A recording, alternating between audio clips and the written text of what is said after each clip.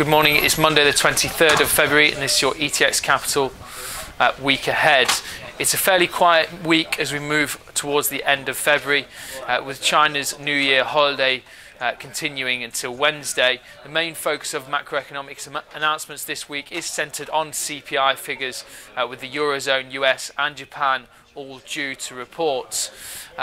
Another event that is likely to be subject of a lot of discussion is the ECB's long-term refinancing operation due to take place on Thursday.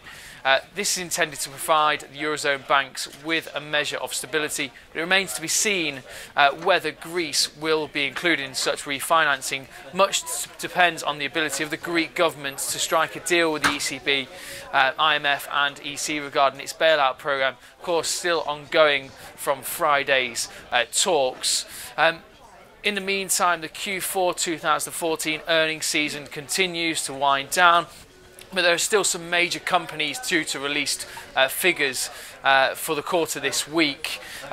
Looking at macroeconomic releases on Monday or today, we have German IFO business climate expected to be around 107.4 mark. On Tuesday at 10 o'clock, we have the Eurozone CPI figures for January.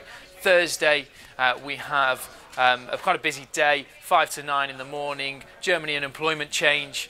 Then on to 10:15, we have the Eurozone targeted LTRO, mentioned there. At 1:30, we have US CPI data for January. And then on at 11:30 in the evening, we have Japanese national CPI data. Also, the big three here at ETX Capital on Tuesday will be the Eurozone CPI data at 10 o'clock on Tuesday.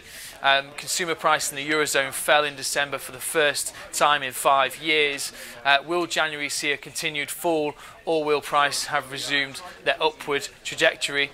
Thursday, 10:15 GMT, it's the Eurozone targeted LTRO, just mentioned there. Will Greece continue to benefit from the ECB's long-term refinancing operation? It remains to be seen. A great deal depends on whether the Greek government, of course, comes to agreement with the Troika and the ECB, EC and IMF. Still up in there at the moment. At 1:30 on Thursday, we have the US CPI. The US Bureau of Labour Statistics has just introduced its first major change in over a quarter of a century in the way that the country's CPI figure is calculated.